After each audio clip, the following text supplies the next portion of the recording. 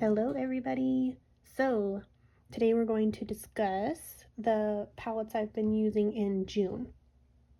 And I have been trying to use 3 palettes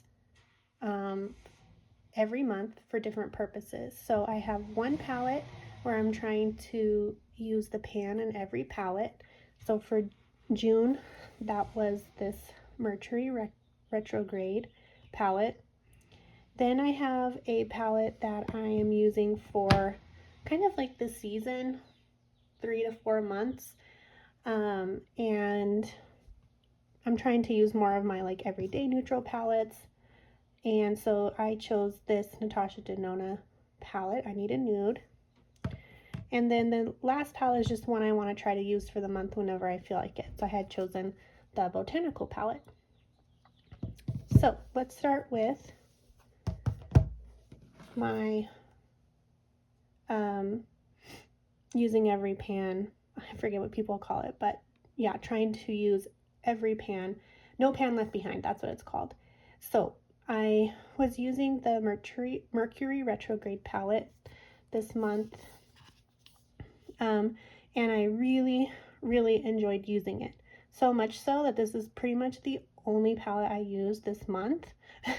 I did a couple times use these, but this was like what I was using pretty much every time I did my makeup. And so I just really loved it. I even ended up loving this shade. I think I matched it with this purple all over the lid and then this all over the lid. And really this shade kind of sucks, but like the way that it is, because it's like it looks really nice like that on your finger, but then when you put it on, it like shears out a lot, and it has that like dark base, but over the purple it like gave this very ethereal kind of looking eye look, and I actually really liked it. I really liked this one. The only two I didn't like were these 2 shades. I think teal, like dark teal, is just not my vibe. The eye look turned out really pretty. However, I just don't do my makeup like that. And so I had put these 2. I used this in the outer corner to deepen it up, and then mixed in some of the purples. And it did, like I said, it turned out really pretty, just like not what I would usually wear. So I also did a look with these 2, I think, and this one, and this is like way more purple or pink than it looks. I feel like that's how a lot of these shades end up looking, like way more pink than they look in the pan. But like I said, I really enjoyed the palette.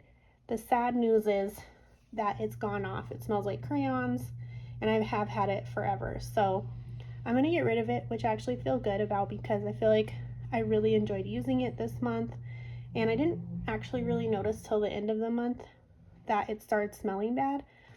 So I feel like obviously in like a perfect world I would have used it more, but it's an old palette. The shadows are drying out. They look kind of old. They fade throughout the day, and it smells bad. So it's time to get rid of it. And I was going through my other palettes, and I'm like, yeah, I have way prettier shades nowadays that are really beautiful and still good. So why waste my time on these? I feel like the mattes still work pretty well, but again, they fade. So for that reason, it doesn't make me too mad about it. And I'm kind of like I'm not a super pink person. So also, like, I have other color stories that I will enjoy more than this one. So I'm happily going to say goodbye to this palette. So then this is my palette I'm going to use for the next few months, just when I need, like an everyday look. And so this is what it's looking like right now. And I think the other day I used Stone and Tavertine and maybe put Muse over the top. This one does tend to also lean pink, which is like not my favorite, I guess, which I should have known because it looks pink. But definitely like these more like taupe shades are really pretty. It's interesting because I feel like as you use it, they look less glittery. Like when you, especially Sheen, I'm like, okay, I'm using it and it's almost like, is the glitter rubbing in? Was it an overspray? But now it's, let's see if I can show any of it. Okay, that was silly. But like, I guess like it kind of gives that wet look, but it's not like glittery like it was. I feel like it was glittery, more glittery. Anyways, whatever. But I also did do a more pink look the other day too, which was still pretty. And I do enjoy the palette, but maybe I'm feeling a little like it's overrated. I do like these two the most. But anyways, yeah. I mean, and I do like these shades, but especially like these two are just like, they're just normal shimmers, nothing special. And I feel like this one is getting hard pan, as you can see. And I don't know, I'm kind of like, what's the hype? Why people love it so much?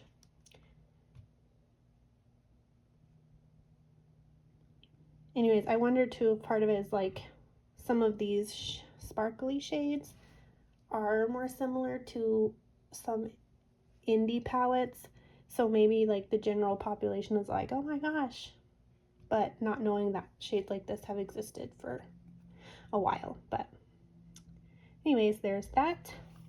I'm just happy at least I'm getting use out of it because I hadn't used it at all since I had bought it.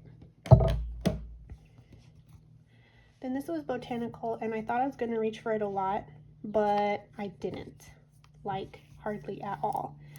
So the other day, just for fun, because I was at home, I did a green look with matcha, artichoke, myrtle, and Amazon. And it was a really pretty green look. Again, not really anything I'd ever wear out, but it was fun to play around with it. So I really want to use it more and actually give it a try. The disturbance in the pans is really just from swatching it. Like I've swatched the shimmers a few times because they're really pretty, but I haven't actually like used it to make a look besides these green shades. So I've determined that this is actually going to be my oh my gosh, I keep forgetting the name of it. That's so silly. Not Pan in Every palette, but No Pan Left Behind. That's it. So this will be my No Pan Left Behind for July, or at least until I finish it. So I want to, again, try to use every shade at least one time.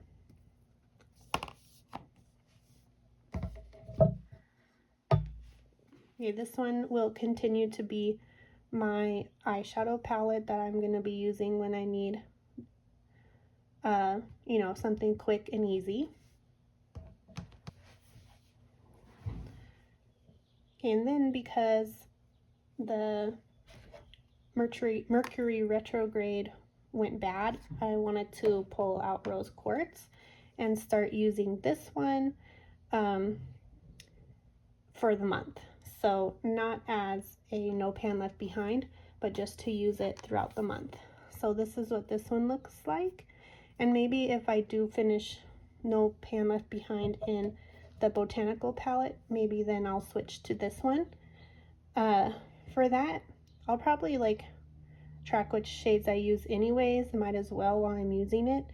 But I figure since the other one went bad, I might as well start trying to get use out of this one. And also it's super pink. So In my project pan, I chose a very like berry pink blush, and so I mean this will go with that. But yeah, I know these shimmers are super pretty, so I do really want to use them while they're still good. I know I love these two.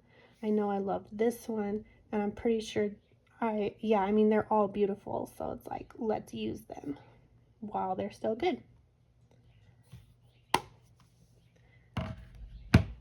Okay, so that completes my eyeshadow recap video for June and what I'm going to use for July, or at least again until I finish the No Pan Left Behind. I just kind of like roll them through, like, so as I finish No Pan Left Behind on one, then I just start the next one. And so this is my No Pan Left Behind, my like kind of palette for the season, and then finally my use it for July and had to have fun. Thanks for watching, and I'll see you in the next update.